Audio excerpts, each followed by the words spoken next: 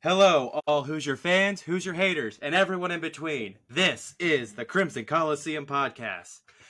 Today we're going to have a double feature where we're going to preview both IU football and IU women's basketball. But today we're going to talk about IU football. And with me are a couple good friends of mine from the Marching 100. Up first, a senior member of the alto saxophone section from the great state of Virginia. It's Mr. Gregory Hyatt. Hey, I'm from Virginia, and we need to make a bowl game this season. And secondly, from a sophomore member of the tenor tone section. He may be near Philly, but he's a Yinzer at heart. It's Whoop, whoop. Mr. Jack Haught. Hey, what's up? Thanks for having me. All right. So IU football, it's getting there, right? We got a lot of expectations. Yeah. And a lot of happiness coming in Bloomington. But first, let's get the reason why everyone is getting up and bumping in Bloomington. We got a new head coach. Yeah. No, duh. Yeah. And we went from Tom Allen to Coach Signetti. Signation, baby. Yeah. All right, and with that, obviously, whenever you get a new head coach, you get a lot of coaching changes in the coaching staff. But probably the best coach of that staff is retained in Bob Bostad. Yeah. What do you guys think about Bob Bostad staying on the O-line coach? I think it's a great addition. Well, a great keep. The O-line was a big problem in 21 and 22, yeah. And after 1 year of Bostad and some decent to good personnel, there was a lot of improvement. Now, Matthew Bedford and Benson Khalil left for Oregon, and I don't remember. I believe Colorado. Colorado. And they were big pieces, but Bostad didn't have them in all the time.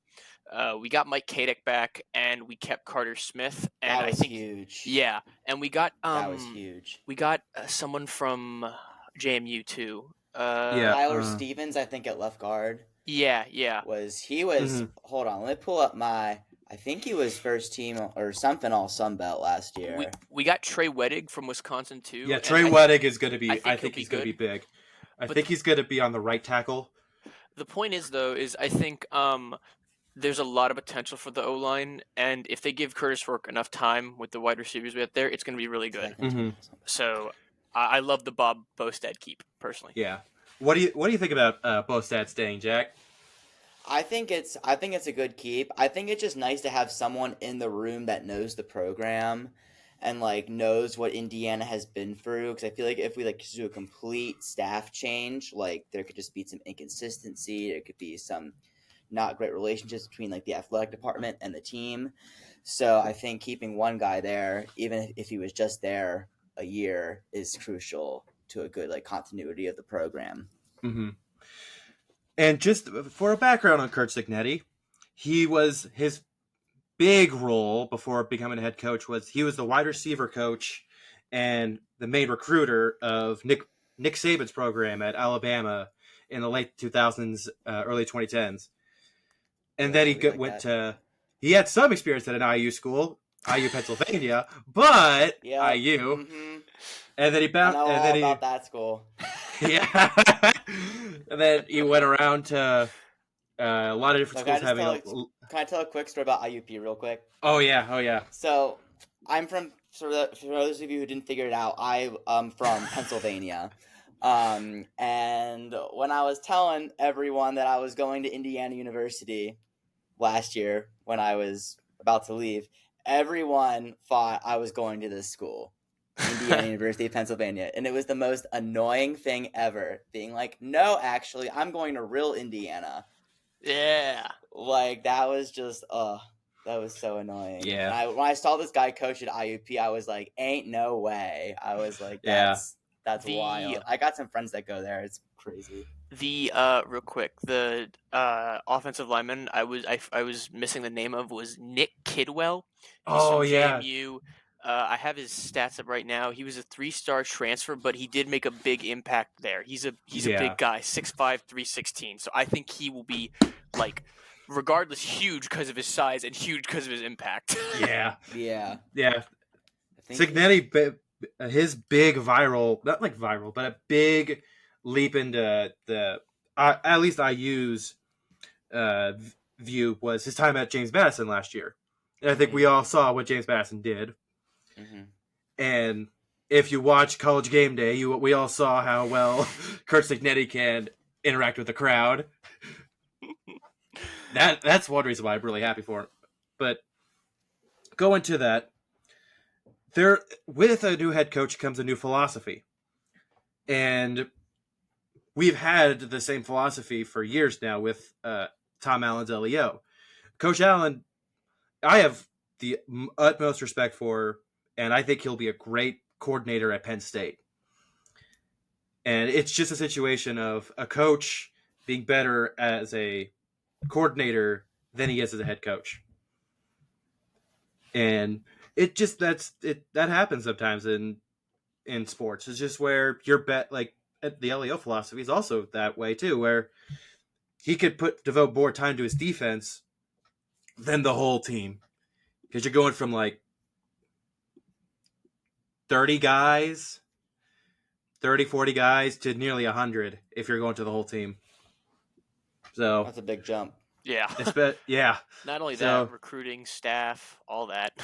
Yeah. And he's going to a spot like I know Penn State football. Like I grew up a huge Penn State fan. Like defense is what they're known for. Mm-hmm. And like they wouldn't be linebacker and they wouldn't hire just anybody. Yeah. For that position. Yeah. So like they know that he is gonna come in there and be a great coach for them, and they've got a lot of studs on that defense. Like Abdul Carter, like they're gonna be great. And like they just had their defense coordinator leave for Duke. I'm surprised they didn't take there. Oh, sorry. I was gonna say I'm surprised they didn't take more from Indiana. Like Tom Allen didn't take some of the best. Like Kobe Martin left, but he didn't go to Penn State. Yeah. I think he went to like Texas Tech or something. Maybe. I'll look it up real quick just to double check. I don't want to misspeak. Mm-hmm. No, I'm kind of surprised by that too, because we retained a good bit from our defense. Yeah. Like we kept. I think my source says like 5 starters. Yeah, it's a lot of new. Yeah, it's a lot of new faces, but we've retained a lot of because we got 4 starters on that defense returning. Mm. But 4 players that are starting this year returning from last year. Yeah.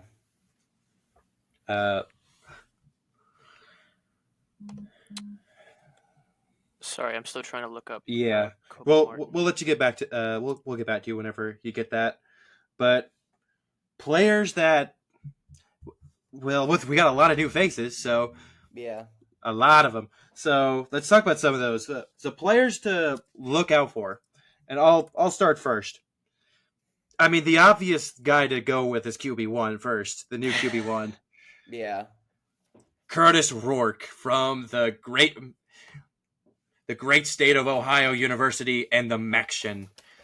He's going from Wednesday night Maction to Friday night Big Ten. Not Friday night Big Ten. He's actually from Canada. Did you guys know this? Yeah, I saw that. Yeah, I was like, he's Canadian. Yeah. 6'5", 231 from Oakville, Ontario. He is a super senior. So I believe he's taking his COVID year this year. Yeah. From Oakville, Ontario. So he's also married, and I didn't know that. Wait, what? Yeah, he got married over the summer, and I think that's awesome. Yeah, that is awesome. Great. I feel like because not to. I thought I had it for a second. Sorry. Yeah, that's wild that he's married. I was gonna say though, he reminds me of like not to diss basketball too much, but Hunter Dickinson, and you wonder, like, man, that guy's still in college. Like it's kind of the same. Yeah, he got redshirted his freshman year because he didn't play his freshman year. Had some playing time during 2020, and then really got in the starting role 2021. His best year by far is 2022. He got MAC Player of the Year, I think, right? Yeah, I believe so. 69% completion percentage, 3,200 passing yards, about 9 yards per attempt, 25 touchdowns, 4 interceptions. And then on the ground, he had 74 carries for 249 yards. So he is a dual threat quarterback. Kobe Yeah, Minor went to Memphis, by the way. Sorry, he Memphis. transferred to Okay. Memphis. My bad. Okay. You're good. You're no, good. I was watching some film on Rourke, and a lot of his highlights were on the ground, which is why I think it's good that we've got like a solid O-line that can help. Yeah, protect. we've got a good. Yeah. Yeah, Help I him like reach his full like potential. getting Rourke. I think he's gonna be good. It'll be interesting to see what that QB room is gonna be though. Especially we'll talk about it later. Yeah. But my second guy that I think we should want to look out for, another transfer on that offense, tight end Zach Horton from Roanoke, Virginia, a James Madison transfer, 6'4", 249. So honestly, around the same build as a Curtis Rourke. He will be a junior this year. I believe so. Yes, so this will be his junior year. He finished this season with 27 receiving yards, 27 receptions, 275 receiving yards, and 6 touchdowns, which is pretty good for a tight end. Yeah. Getting those 6 touchdowns was really big for the tight ends. Yeah. I think he was first team All Sun Belt last year as well. He might have been too. Yeah, as a junior.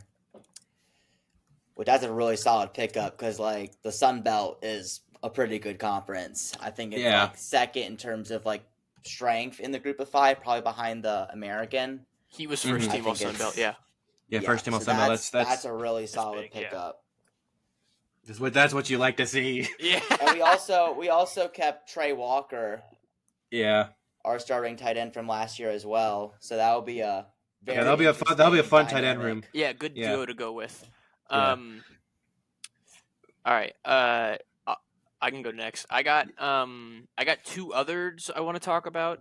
The first one is the left tackle in the offensive line, Carter Smith.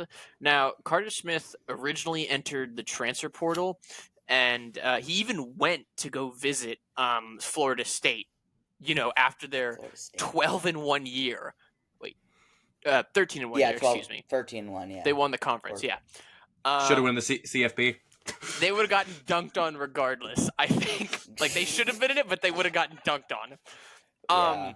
So he even went to Florida State, and while he was in the portal, he was the 5th offensive tackle in the whole portal, and we were able to get him back mostly because I think keeping Bob Bostad, someone he performed really well under, that he knows, and Kurt Signetti's enthusiasm and new kind of more direct, let's go, let's do this kind of mentality. Mm-hmm. I think that's why we kept Carter Smith. Now, it's hard to track, I think, an individual offensive line person's capability and what they can do themselves, but he's a big guy and he had a big impact on the line. I think he's a sophomore going into this year, and let me double check that. And he made a big impact last year. Yeah, he's redshirt sophomore. Yeah, he's still got a few years, and he's a big impact player, I think. But I misspoke about Trey Walker. He is going to be a redshirt senior, not a junior. Oh, okay. I misread that. That's my bad. You're fine. But then hopefully protecting the quarterback, Curtis Rourke, to Chuck to Donovan McCulley. Good transition. Yeah, good. Donovan McCulley was probably my favorite offensive player last year because every video or picture I see of him where he isn't in the middle of the game, he has this giant smile on his face, and I love it. He had what I would call last year a breakout year. And unfortunately, he went into the portal, but we were able to get him back, which was huge. And I remember that happened. I was so ecstatic. I was freaking out, dude. I was so happy. That was huge. The video he had too, if you're watching this and you haven't seen it, go on Donovan McCulley's Twitter back to like December and look up that video because like this is what I'm talking about. He has this big smile. He's like, "Who's your nation? I'm back," and I loved it. I remember that. That was hype. But he was actually looked at by other like big schools as well as like FSU as well. And if you don't know him, And they took Jalen Lucas. Yeah. Yeah, Yeah. he was originally a quarterback, and I saw him play quarterback freshman year. But then he Yeah, went that to, was that was interesting. if you're a younger member and weren't there for 2021 IU football, Oops. I would say like it was just we got to see a lot of players play. Yeah. We got to see a lot of players play. Yeah, That's all. That's the best way to put it. We got to see a lot of players play football, including Donovan McCulley at quarterback. yeah. But I think his freshman year he was more of a option guy. He was recruited as a quarterback though, right? yeah, Like, he was recruited okay. and as a quarterback and played quarterback when in 2021 for like he started 2 games because Michael Penix was hurt and Jack Tuttle got hurt. Yeah, and then Sophomore year he went to wide receiver, but I think he was used as like a running back once or twice. That's what he was more of a gadget guy. But then last year, his junior year, was the big wide receiver breakout season. He had a great game in Illinois. He had that really nice Wisconsin catch. And he did work in, well, mostly the Illinois game, but every other game sprinkled throughout. So he is definitely, I know we have Elijah Sarrett. Is that how you say it? Elijah Surratt. Excuse me. Yeah, Surratt. Elijah Surratt. Yeah. I know we have him, but I think him and Donovan McCullum will be great. That's together. going to be a great wide receiver duo. Mhm. So, yeah, those are my. I wanted to talk about Surratt for a little bit. So yeah, he was one of our big JMU additions. He's going to be a junior this year. 6'2", 209 pounds, pretty fast. His 40 time is 4.55, so pretty speedy. He runs the best out of the slot. That was like one of the big things I saw in his research is he's going to be our guy that can go in the slot and can go and make deep catches. He had a hell of a lot of receiving yards last year. 1,191 receiving yards. 82 receptions, 7 touchdowns. First team All Sun Belt. Like, I'm so excited to watch this dude. And, like, he just looks like a dog. Like, it is just, he's going to be fun to watch. Isn't he the number 1 wide receiver transfer in the country? I've got it pulled up that On Free's got him at 20. Okay. 20th receiver in the country. Yeah, but he's still... It must have been number 1 at Big Ten then. My bad. Yeah, it might have been. It might have been. I saw something. I think he was like the 5th ranked transfer coming into the Big Ten from Group of 5 schools. Okay. From Group of 5 schools specifically. And you guys don't know this. One of my good friends from high school goes to JMU. And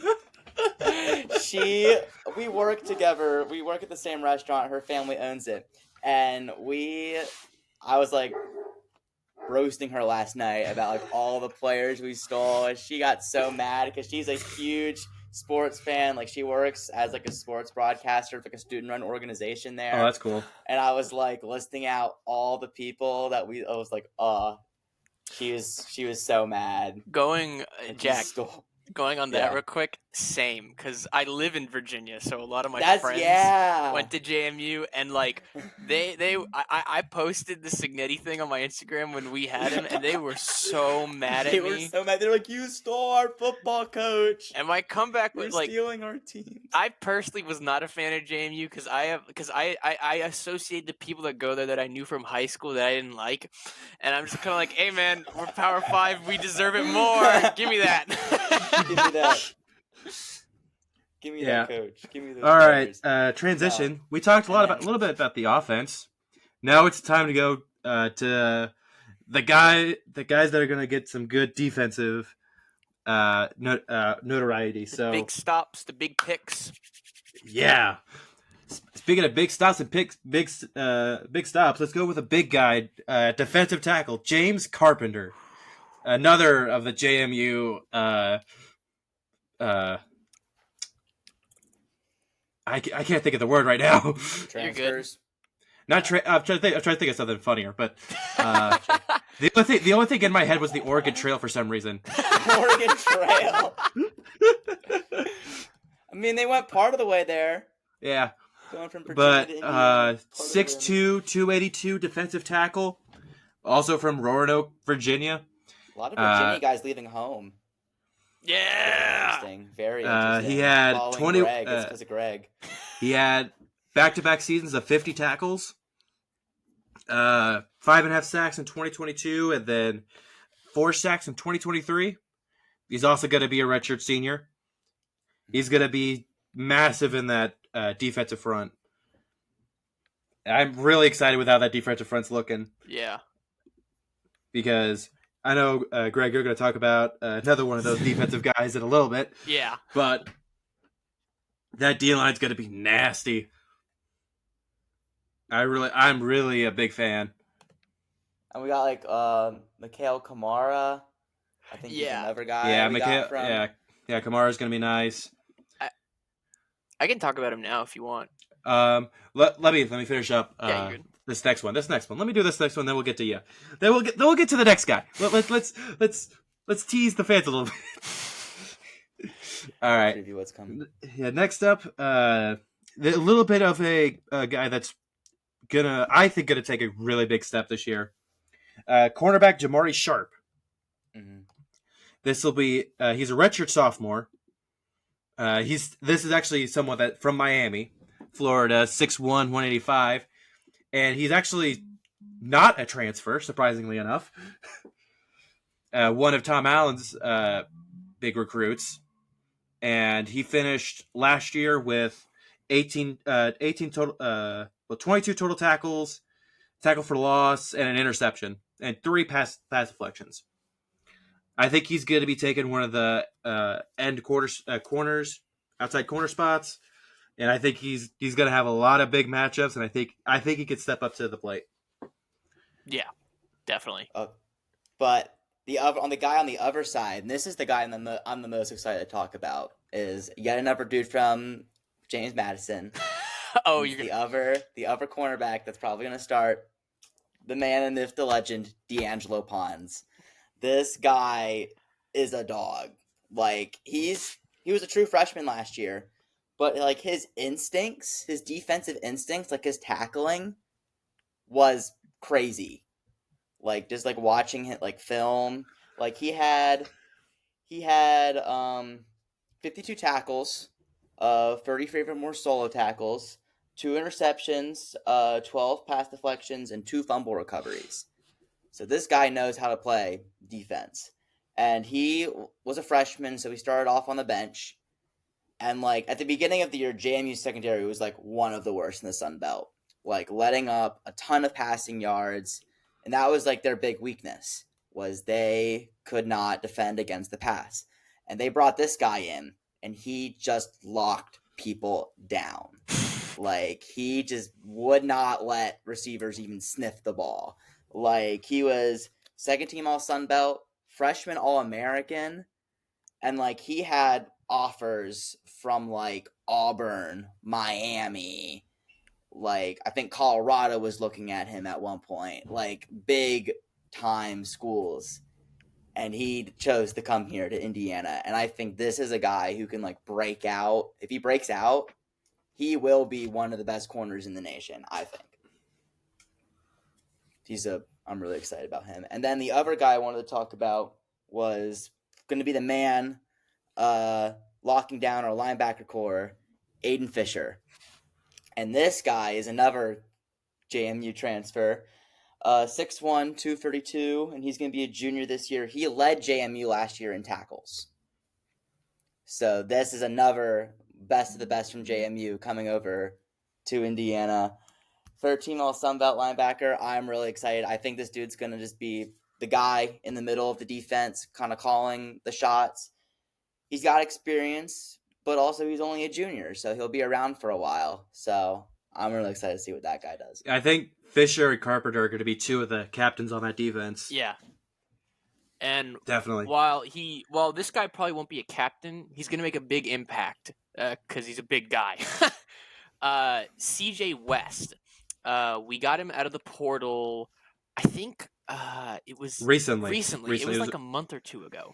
And I remember the biggest thing was LSU really wanted him, and some other schools wanted him as well. But he chose to go to Indiana from Kent State, and I think he's a senior. He is a redshirt senior, excuse me. He was third team All Mid-American Conference and earned a MAC honor from the Pro Football Focus, which is huge accolades. He came up with, I don't have the exact number, but it's like around like 16, 18 tackles for loss. I don't have the exact numbers right now, but he had a great impact at Kent State. Now, I know it was only the MAC, but I think the big body he has transitioning here is going to be huge. He's 315 pounds, but he's only 6'2", so I don't think he'll have the height for the Big Ten, but he definitely has the weight, and I think he has the confidence because of how much older he is. Everyone was talking about how he's a big get, and I think that as well. Yeah, I was looking at his. Is going to be looking at his stats really right now. special. 40 total tackles, 20 solo, 2 sacks, a forced fumble. Where are you He had finding 5 those? ESPN. Oh, okay, cool. He's got all his tabs. Okay. On everybody. He got all the tabs. But yeah, he had 5 sacks in 2021. Got a fumble recovery with that. He even got a pass defended in 2021. That's cool. That's crazy.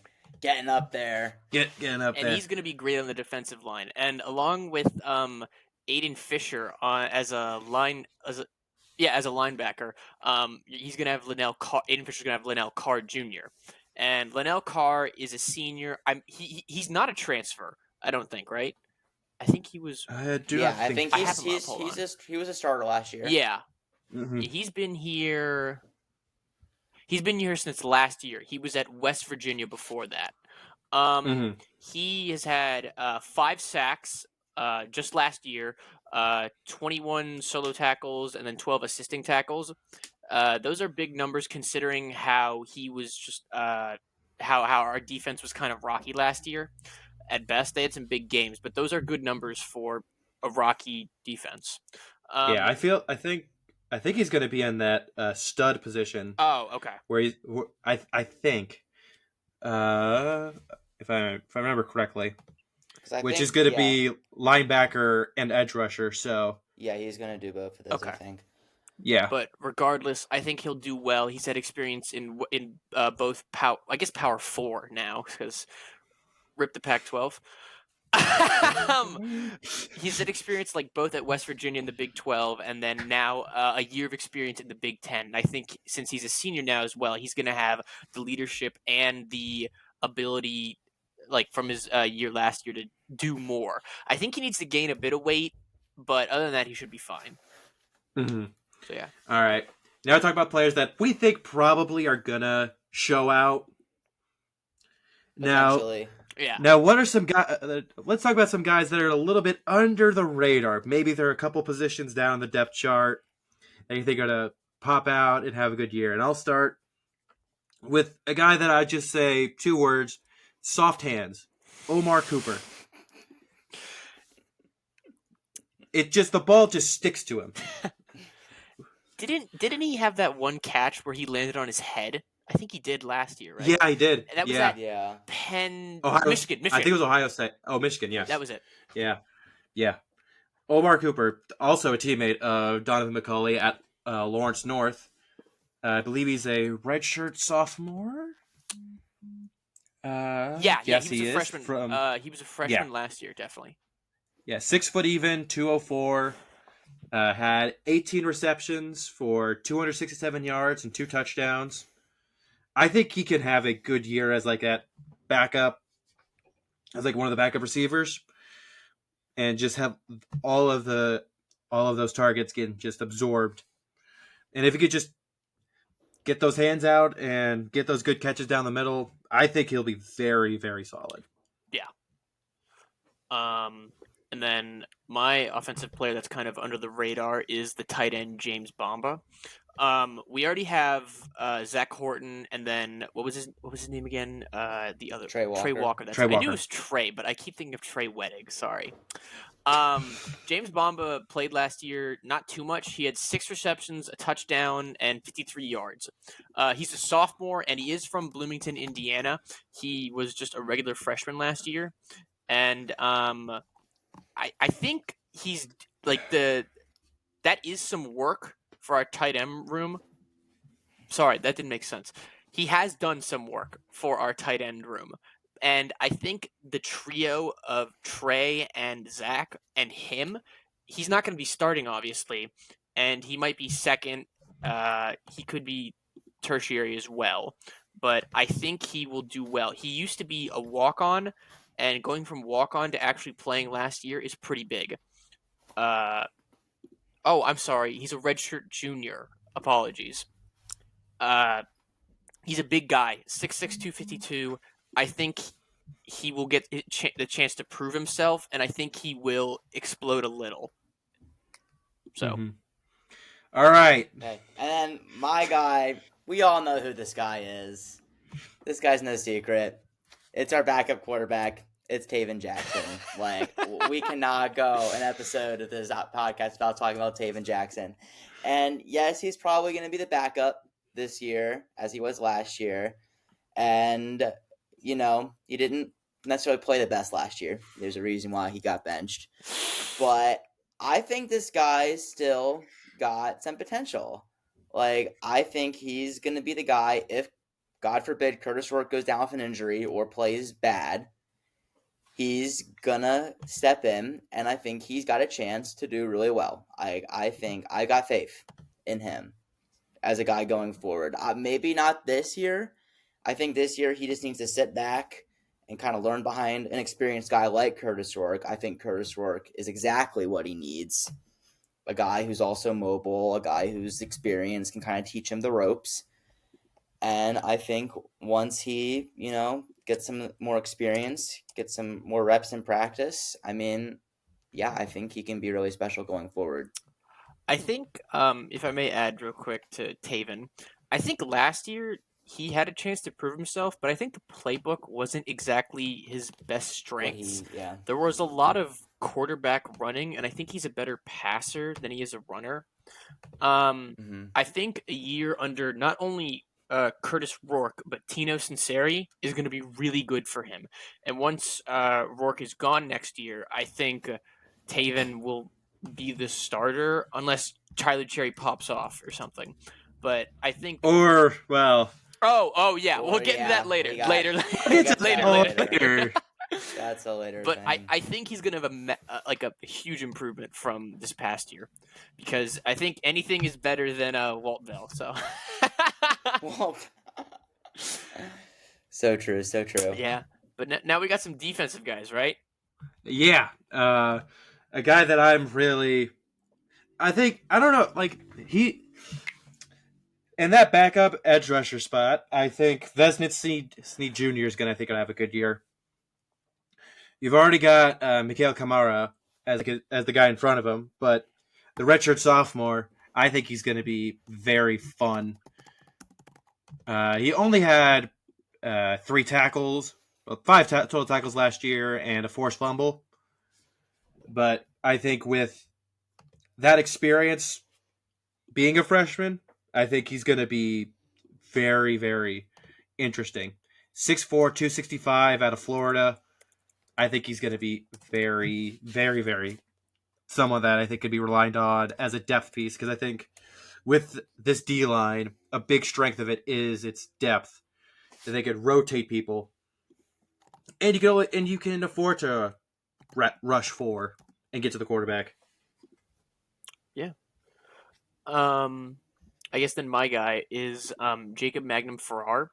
He was a transfer last year from Stanford, and he's slowly been progressing up. Like his last year at Stanford, before we got him, he had 20 solo tackles, and then last year he had 33 solo tackles and then 29 assisted ones.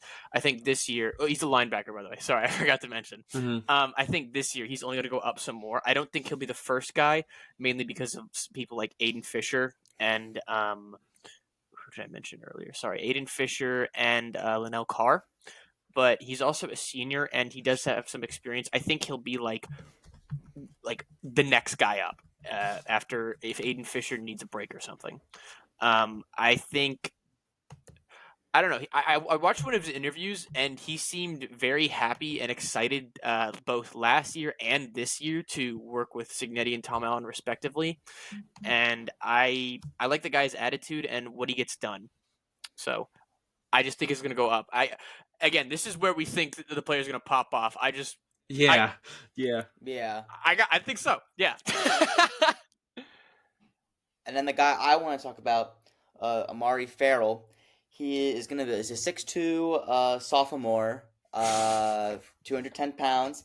He played defensive back primarily last year, but I think this year he's going to switch to more of a rover position, maybe play both safety and linebacker. And since he was a freshman last year, he didn't get too much playing time, but in the time he did see, he played really well. He got 7 tackles against Rutgers last year, and he played really well in the spring game, got a couple sacks. So I think he'll be a guy, if he's not starting, he should be definitely a backup. I think he's in a position battle with Terry Jones Jr., a transfer out of Old Dominion. That'll be a really interesting battle to watch. Yeah. See what they come up with there. But I think he'll definitely be someone to watch out for sure. All right. Now I'm going to pivot real quick to where we're going to talk about next. Just to keep on previewing everything, let's go to this year's recruiting class. Okay. This year we finished with number 46 overall in the country in terms of recruiting, and 14th in the Big Ten. These are subject to change because obviously this is filmed. Do you want me to give out the date or no? Yeah, this is filmed July 13th, 2024. And I only say that because we had this doc up a few days ago, and it changed within a day. I updated them recently, so it should be okay. But if our numbers aren't correct, don't flame us. Please. But and we're 7th at the Big with 31 transfers. That's our transfer portal ranking. Yep. Which I think our 31 transfers is the most amount of transfers in the Big Ten. And let's start with the true freshman that we think that's going to make the most impact on this team. Yeah. And I'm going to go first with the flashy defensive back, Jaja Boyd. He's listed as a 3-star on 24/7, but on ESPN he's listed as a 4-star. Ooh. He is 9th in the state of Pennsylvania, and 30th 30th as a DB. He had offers from Boston College, James Madison, Akron, Penn State, and Virginia Tech, to name a few. Also Pitt. But he's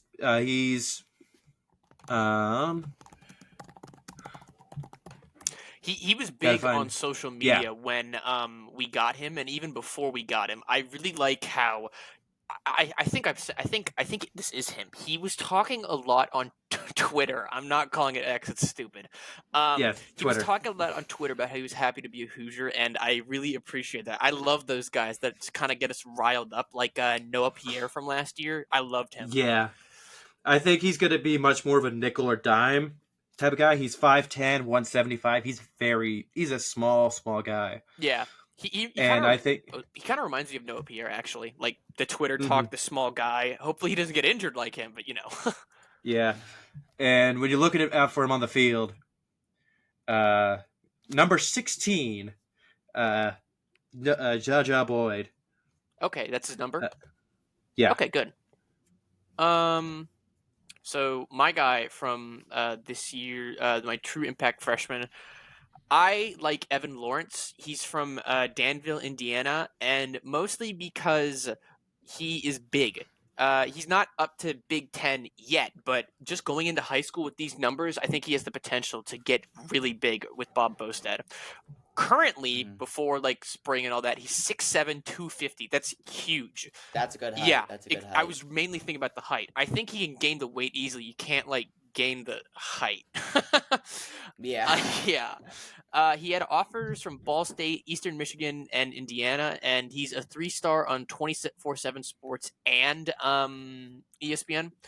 I think he's being overlooked a little because we kind of have the people that we did from last year on the offensive line, the transfers we brought in, but I think he won't be a starter, but I think he can be slotted in and do his job well. I like the structure he's coming into with Bob Bostad, as I said earlier, and that's probably the main reason why I like him. Is he's coming into? He's already a big guy. And he's coming into a great structure that's going under year 2. Oh, sorry. He also got offers from Indiana State and Ashland University Eagles. I have not heard of that, but he came to the right school. That's all that matters. So. Yeah. Yeah, and then the guy I want to talk about is Quentin Clark, a linebacker out of Dublin, Georgia. He's 6'1", 200 pounds, three-star prospect.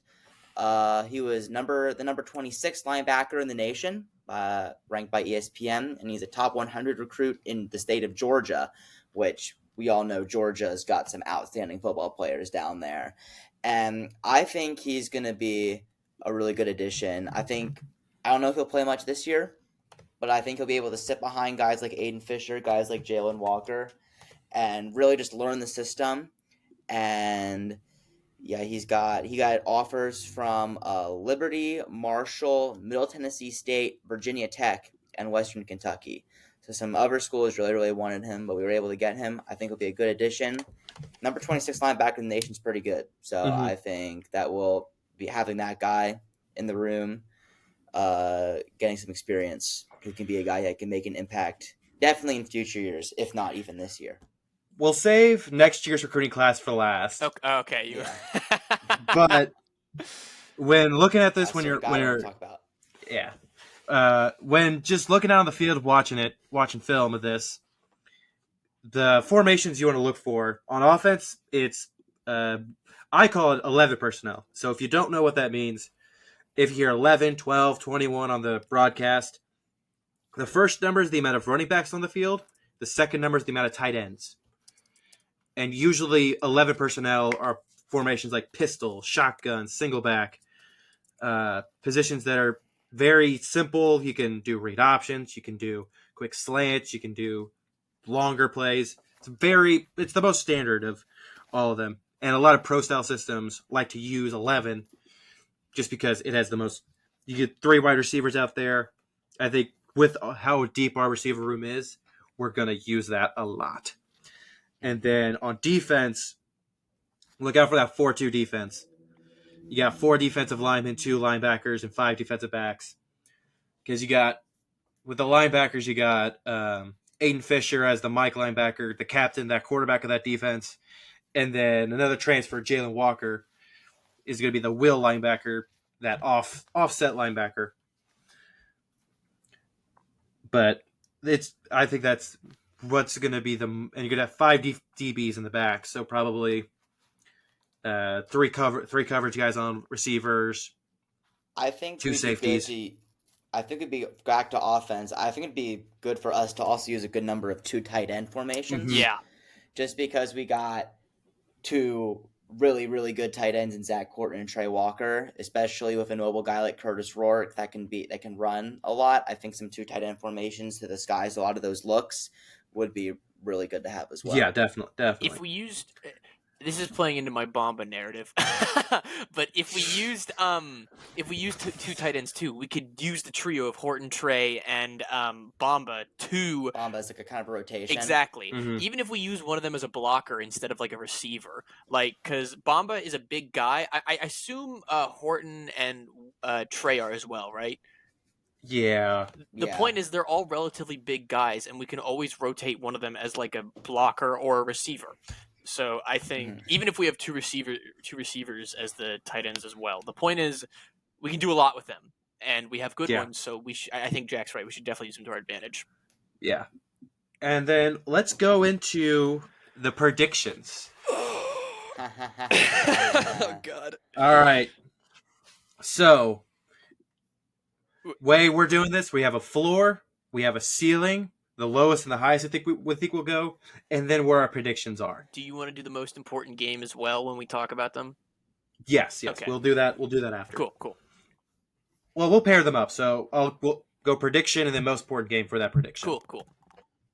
So I have the floor for this team at 3-9, and then the ceiling is an 8-4 season. But I personally think we're going to go 7-5, go to Yankee Stadium to the Pinstripe Bowl, and beat that ACC team that we face. But I think all right. The most important game, I think it's pretty obvious. It's week 3 at UCLA. First road game, first Big Ten game. If we can win that Rose Bowl. Yeah. At the Rose Bowl. At the Rose Bowl. We made it. There's also there's going to be an alumni IU alumni marching 100 pep rally that's going to be there. I don't know if we're allowed to say that out loud, but they're trying to get some of the alumni from Indiana to go to it. And I don't know how many people show up because it's a lot reliant on Alex, are you going to go? Get there? I'm interested. I'm interested. Yeah, That's all I can That's say. all I can say. All I can say is I'm interested. But it should be a fun time, and we should recreate what happened in that section competition for the bit. Oh my gosh. But yeah. Greg, you're up. Yeah. Okay. So I just closed my whole window. Sorry. I got it up. Don't worry. So where is it? Oh, okay. So I have the floor, bottom of the barrel being 4. I'm a bit more optimistic. 4-8. I have the ceiling being 9-3. Now those don't include bowl games, but my actual legit prediction is 8-5 with a bowl game win at the guaranteed rate bowl. So we'd be going against a Big 12 opponent. We'd go 7-5 in the regular season, and we would hit a win at the bowl game. I'll even right now name which Big 12 opponent we're going to go against. I'm that confident. Let me pull up the Big 12 roster. I don't remember what it is since it's changed. Big 12. It's Arizona State, Baylor, BYU, Cincinnati, Colorado, Houston, Iowa State, Kansas State. I'm going to say Texas Tech or West Virginia. Texas Tech? Yeah. West Virginia. That's what Let's I go with thought West to say. Virginia.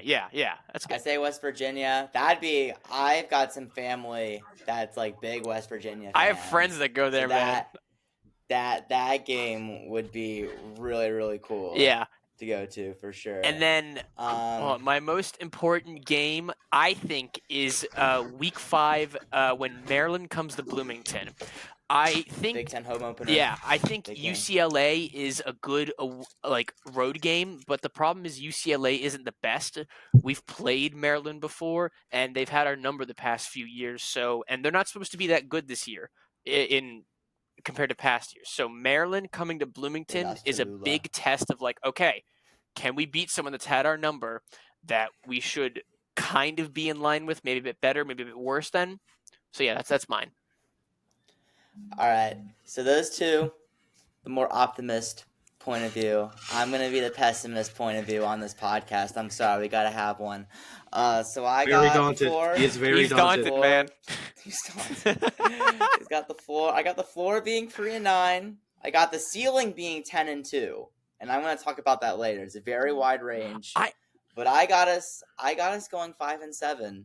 I don't have us making a bowl game. And that is not a testament. I love the Signetti hire. Don't get me wrong. He is, and I understand that he's won at every level that he's coached at, and he's brought a lot of his best players with him from JMU. And that's testament to how he is as a coach. I love the culture that he's setting, the no nonsense culture, he's more business. I love that. And I think that's going to speak to results in the very near future. I just don't think it's going to happen this year. I just think the transition to the Big Ten might be just a little bit much this year. I just think that considering that we don't know the product exactly how it's going to be, we have a very new team. We'll see.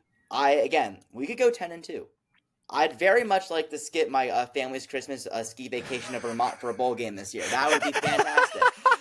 but I just gotta. I guess part of me is like thinking that if I say we go 5-7, I'm more likely to be wrong on this than I am right. You want to be wrong? So maybe then. Okay. if I want to be wrong. So yeah, I think that might be part of why I say 5-7. So if we do go to a bowl game though, I think it'll be the Quick Lane Bowl in Detroit.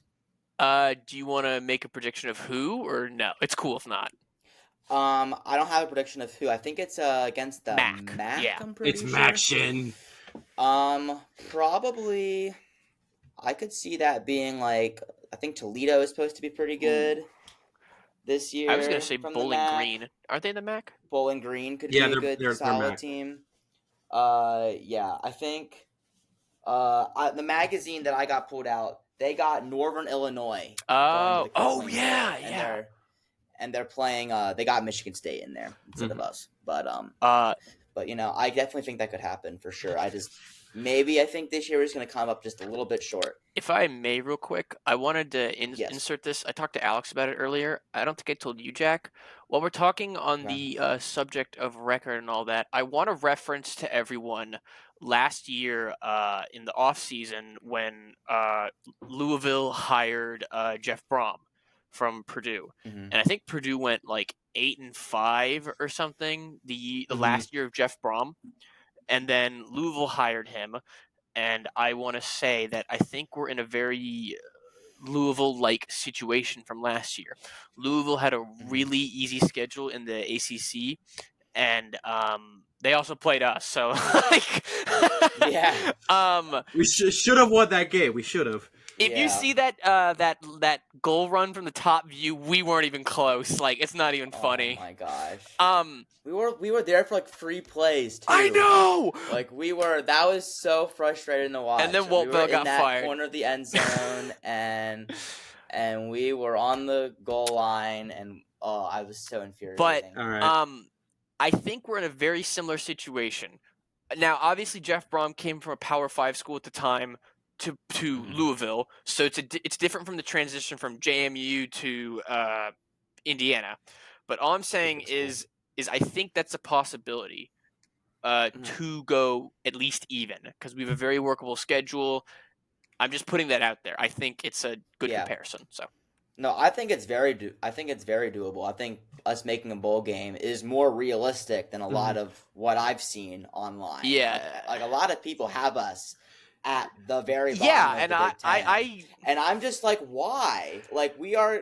They're just very daunted. They're daunted, very, honestly. Very daunted. They're very, very daunted. All right. Like, we're taking so many players from a JMU team that was 11-0 last year to start the year. We're a top 25 team, hosted College Game Day, I get that, like, some of them are trying to do it to, like, be more reserved, but I don't understand being, like 1 through 18, Indiana 18th. Like, I think that spot could go for, like, again, I know we have the most unknown about us. Yeah, compared I to think everyone that's a else. big reason. That's why we are very underranked. And it's better, I think.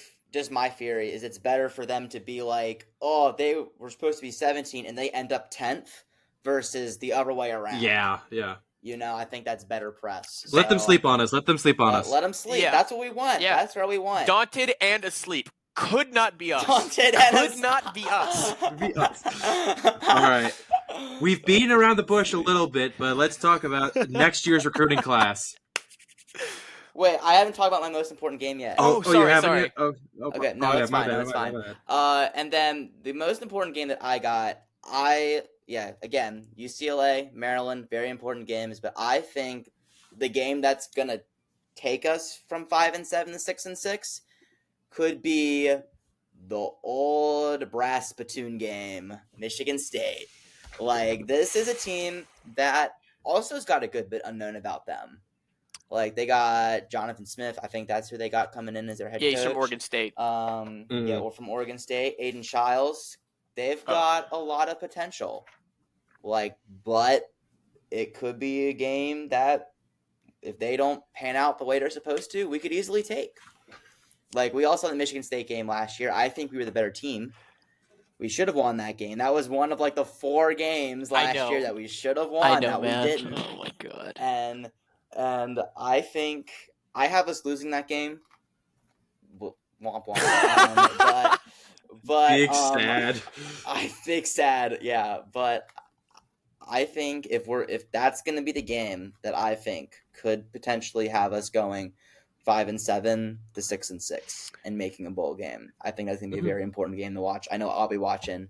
Y'all should too. Yeah. Yeah. Everybody out there. Yeah, definitely. The last away game we actually won as a program was at Michigan State 2 years ago. I remember 2 years watching ago, that game. I was actually leaving for Thanksgiving break, and I put it on my phone for the first quarter, and at halftime we were down by like 21. I was like, all right, it's over, whatever.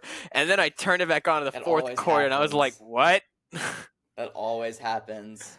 If you didn't witness the masterpiece that was that game, That was so good. Yeah. we did not throw the ball. Yeah, we only ran. Dexter Williams ran. Jalen Lucas ran. I think 2. What's it called? You know what I mean? The Overtimes. No. He ran like the length of the field twice after the kickoff. What is it called? Oh yeah, kickoff return touchdown. He kickoff returned twice. I think he definitely did once. Yeah. But that was a beautiful game. Yeah. Sorry. Yeah. It went into overtime. And we won because they missed a field goal and we hit it, I think. Yeah, Dexter Williams was 2 of 7 for 31 yards. 7 pass I attempts know. is crazy. Meanwhile, Sean Shivers, 115 rushing yards, 2 tutties. Dexter Williams, 86 yards and a touchdown. Josh Henderson at 36 yards and a touchdown. Do we have kick returns? Yes, Jalen Lucas had 1 touchdown, but I had 168 return yards. That guy is crazy. And just for the record, but we all 3 of us have us beaten Purdue this year. Yes. So that's going to happen for sure. Sorry, Purdue fans. Not really. No. Now we're not really sorry. I'm sorry if we're going off a little. Have you looked at the Purdue schedule? A friend of mine from Purdue came by the other day, and we were talking. Dude, they face Oregon, Ohio State, I think Penn State. They face Notre Dame. They have Penn State at home. I kind of want to go to that. It's crazy. Now they know how it feels. Notre Dame, That's true. Big Ten East moment. Oregon State, Wisconsin. Did they play Wisconsin? Another one. They play Wisconsin, yeah. At Wisconsin too. Ooh. Yeah, that's Camp Rand. Oh, that's gonna be a tough schedule for them. Yeah. Now we've beaten around the bush. We've beaten around the bush around it a lot. Let's get to next year's recruiting class. Oh boy. As of today, July 13th, number 46 in the country, so pretty similar. 13th in the Big Ten. What are players you think will make an impact from that class? I have Seonta Stewart, another DB. I like the defensive backs, but 6'2", 180. Will probably be in that rover position. 3-star recruit out of Cincinnati, Ohio. Loves the Skyline chili, probably. But he picked Indiana over Purdue, West Virginia, Akron, and Boston College. So I think I always like versatility, and he's listed as an athlete, and I'm here for that. I'm here for the versatility.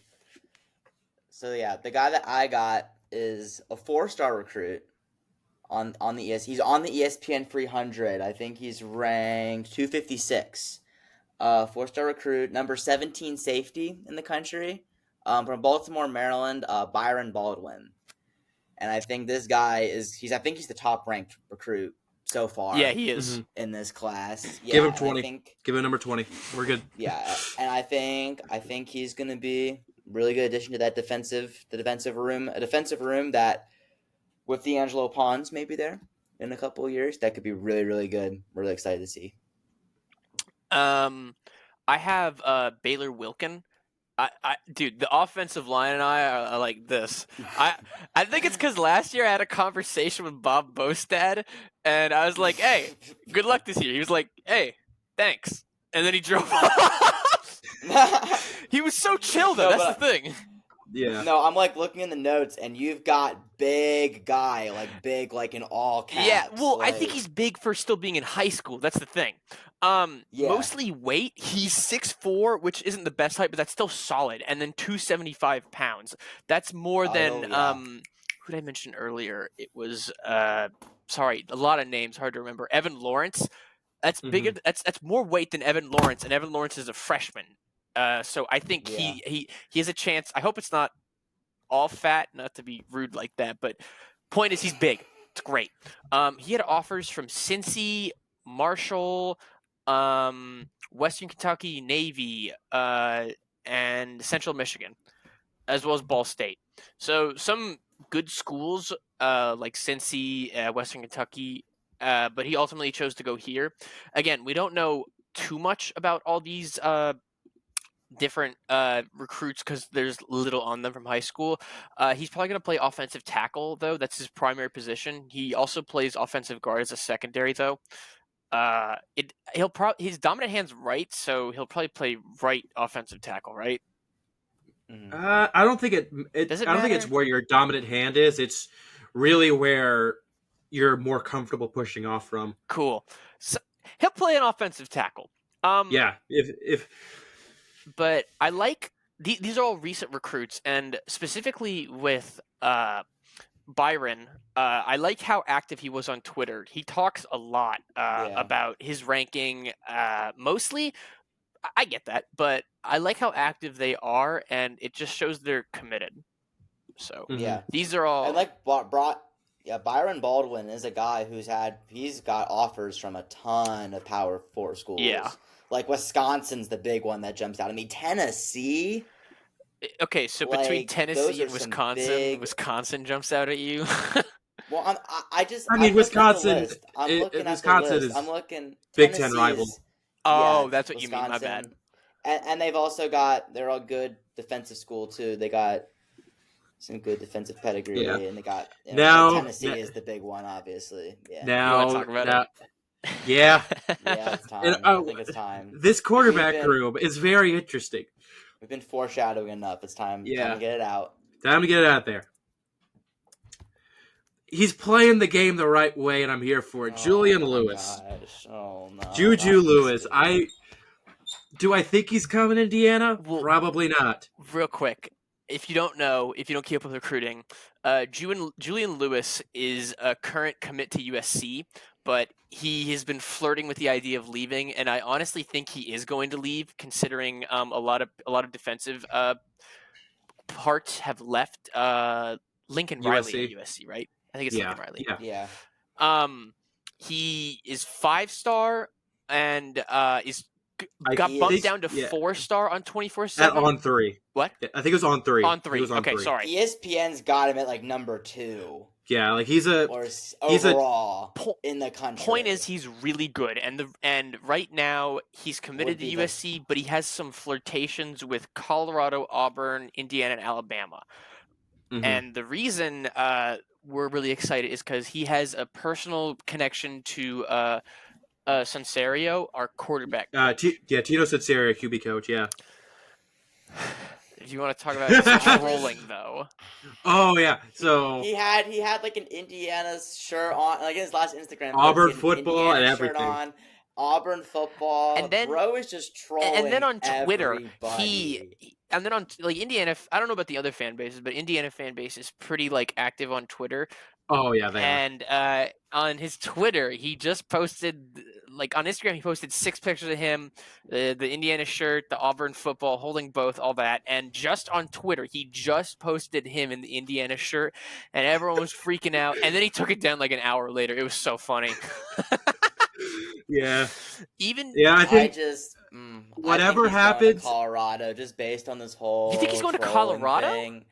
I I mean, mean, he fits the Dion vibe. that's true. I No. think. Yeah, that's true. Like The trolling, the trolling, the whole media thing, bringing just all the anticipation. They freaking named a burger after him That in was funny. Boulder. Like I yeah. heard, like that was it's I think he's there's gonna too go much there. to Auburn Mike or Woodson does not approve of USC. this burger shenanigans.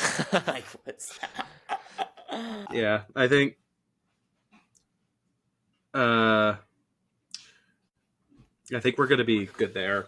With whatever happens, I'm happy for it. Yeah. I just think the whole fact that we're even in the running for this guy It's big.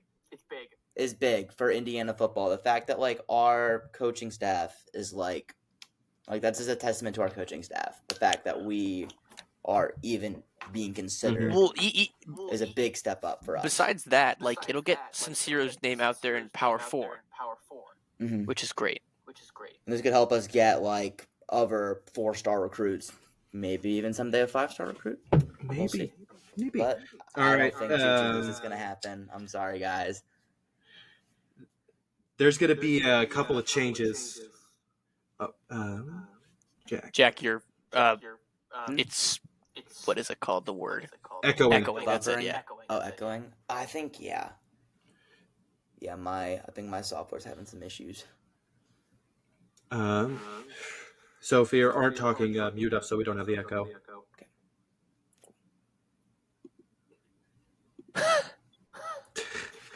Mute. What? There we go. Thanks, Jack. There we go. Sorry about that. We're having issues. I think his earbuds died. I think that's what I saw. We're good though. But last but not least, let's go into some changes that are going to happen for this football season. Student section is getting moved from the corner, that like section 21, 22 area, to now the east end zone, which I like a lot. I didn't really know. It's weird. I like the student section behind an end zone, definitely. And I think it's needed to distract like the kicker more, honestly, because sometimes it does work. It's like screaming at a free throw or something. And I think it's more in the view of all the cameras. So I think it's a good move. I didn't really understand why a bunch of people were like freaking out about it on Twitter. Maybe it's because like it's timing. What? Oh, okay. Timing. Because they bought tickets already and they're being moved. Tough. If we win this game, you won't care. All right. It looks like Jack might be. Yeah, Jack. If you have something to say, I can just like shut up, so that way there's no echo. Hold on. I think my earbuds are back on. Really? All right. Okay, yeah. I think they disconnected. For Okay, cool. You're good. So yeah, I think moving. Wait, the student section is being moved behind the end zone, right? Yeah. Mm-hmm. Okay. Yeah, that's a huge. That's what we needed, because just like they were like just tucked in that corner. I don't think they were impacting the game very much at all over there, just by like an acoustic perspective. Just moving that, I understand like the whole people being mad, but I just think that's just going to make Memorial Stadium that much tougher to play in. Yeah. And last but not least, the our last home games would be huge. Yeah, the 8 home games would be huge. Last but not least, last thing we're talking about today, Heps Rock is getting moved from the north end zone to right outside the east entrance. And there was a picture that recently just got posted. I sent it to Greg and Jack. That's going to be a very photogenic spot. Yeah. Yeah. I mean, like, you told me that the idea of it is that when we have the walk, which is like essentially the players come off a bus and then walk down some stairs, near the fans, and walk towards the entrance underneath the stadium, they can like touch the rock on the way in. Yeah, to the locker rooms. Yeah, I like that. I kind of am gonna miss them like being able to touch it on the way out when they see it, but it's not the end of the world. So I think they're adding something new because they posted on their Twitter new things are getting added. Oh, well, if they go something new, then that's totally fine. I'm glad. I'm definitely glad they kept The Rock though. For Yeah. the coach, it was named Yeah, Coach after. Yeah, Hefner. because he Yeah. was. Again, Indiana hasn't had like a crazy amazing season, but he was good. He was great. hmm Good, great. Yeah, he took us to the Insight Bowl in 2007. He had that win against ranked Iowa. That was great. So yeah. And one of the best moments in IU history is whenever they kicked that field goal to go to the Insight Bowl. He had to leave during that season, but Yeah, because of the cancer. yeah, Yeah. yeah, I just hope that it's going to be more in public view now. I just hope yeah, they keep better maintenance on it, I guess. yeah. Let's I let's just hope hope that it's no one tries to really mess with it because and like respect it Yeah. for what Yeah. it is and not try. Because I think it being out there is a great photo spot. I think it's great just for tradition's sake, like for the tradition. But again, like Alex said, we were talking about this. Like, I just hope that people know what it's about and respect it I, all I right, don't think anyone will for mess with what it. it is. So yeah, Yeah. that's just the big worry. But that's all for today. I hope you guys all have a great day, and we'll be back here in a little bit to talk about IU women's basketball. Yeah. Thank you all, and have a great day, and go Hoosiers. Go Yep. Hoosiers, baby.